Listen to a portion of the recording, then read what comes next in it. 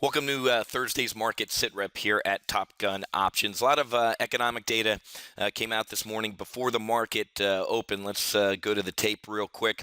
Weekly unemployment claims rose a lot more than expected, but personal spending and personal income surprising beats. But we're going to talk about how even though people are spending more and making a little bit more money, the negative in this. So this is relatively good news, but there is some bad news in here. And then at 10, potentially market moving data coming out, the ISM manufacturing PMI, and then we'll get some construction spending, and we're getting vehicle sales throughout the day. So even though consumer spending jumped the highest in 5 years, the most in 5 years, here's the negative of that.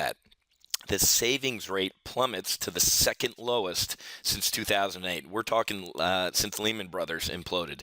So people are draining their savings to spend.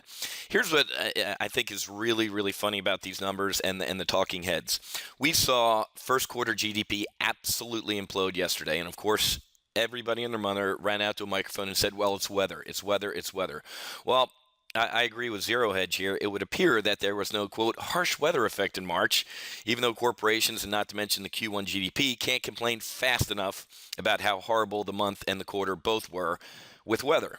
So when good economic data come out, of course, it had nothing to do with weather, but when bad comes out, it's the weather. So it just goes to show you folks that you have to do your own research or come here to Top Gun Options and listen to our commentary, because we dig into this and find really what's at the heart of the data.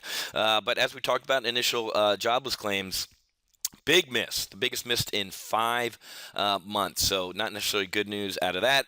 And the Fed yesterday, obviously, they paired another $10 billion in monthly bond purchases, but they kind of gave a little rosy forward guidance. They see growth picking up in the second half of the year, but how many times, especially under Bernanke's watch, did they do the old, "Oh, we see growth really picking up here shortly," only to see it stagnate, right? You know, it's like Animal House. We were hoping our midterms would really bring up our grade point averages.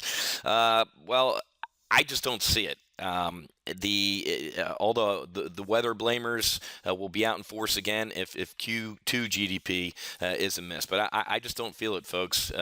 Personal spending, personal income, not necessarily bad news, but as I said, the savings rate has just plummeted to 6-7 year lows, and that's not a good thing. Okay, so a lot of interesting stuff going on. Markets more or less wallowing around here on this data. We've talked about this throughout the week at Top Gun Options. For the past couple weeks, it seems like we have these Seinfeld rallies about nothing on Monday, Tuesday, kind of a little bit of a rally on Wednesday, Thursday, we give some back, and then Friday we tend to sell off. Obviously, the biggest event tomorrow that's going to drive the market are the jobs numbers, right? The unemployment rate and the non-farm payroll. So that'll be the big one, and we'll see if we're still in bizarro market, right? If good news is bad news and awful news is great news, or good news could be good news tomorrow, okay? So check back over at Wealth Creation Investing tomorrow for our Friday market wrap-up. And also check your email, because we're going to be knocking out a weekly option live trade debrief tomorrow over here at Top Gun Options. Have two iron condors on, easy for me to say, on SPX and Apple that could potentially garner a total of about $67.50, nearly $6,800 in profit, as long as Apple and SPX kind of stay right down the fairway right now. And they're both looking pretty good. So check your email, register for that webinar, and I'll see you tomorrow afternoon at 1 p.m.